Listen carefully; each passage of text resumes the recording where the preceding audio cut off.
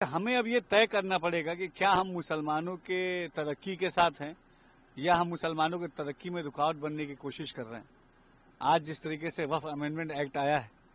अगर आप सही मायनों में ईमानदारी से तमाम लोग जो इसका विरोध कर रहे हैं वो बंद कमरों में इसका समर्थन कर रहे हैं